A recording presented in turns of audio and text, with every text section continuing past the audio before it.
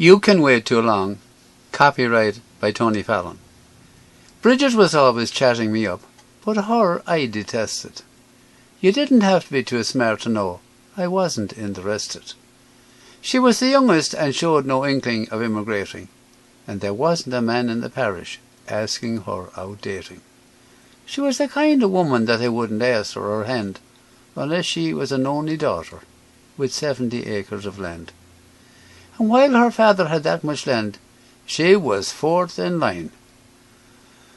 But that big of a farm to a man like me would be a real gold mine.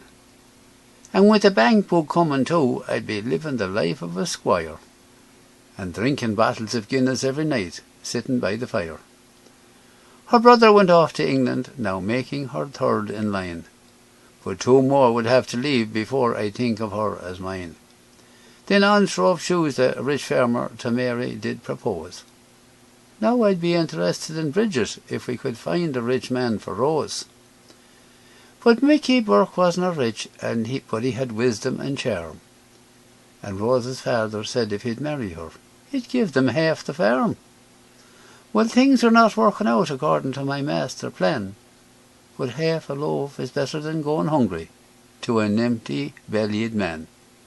I cycled into town on many days, hoping for a chance meeting, that she'd be walking on the road, and we'd exchange a greeting. I often met the mother and asked her if Bridget had gone astray, but she had no time at all for me, and she wouldn't give me the time of day. But I was never unpleasant to her, and I always left with a ha-ha. Within a couple of weeks she could be my new mother-in-law. And then word began to circle that Bridget was in the family way.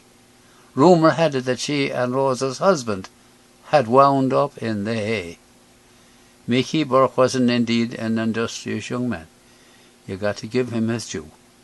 Now he'd have the whole farm, because Rose was pregnant too.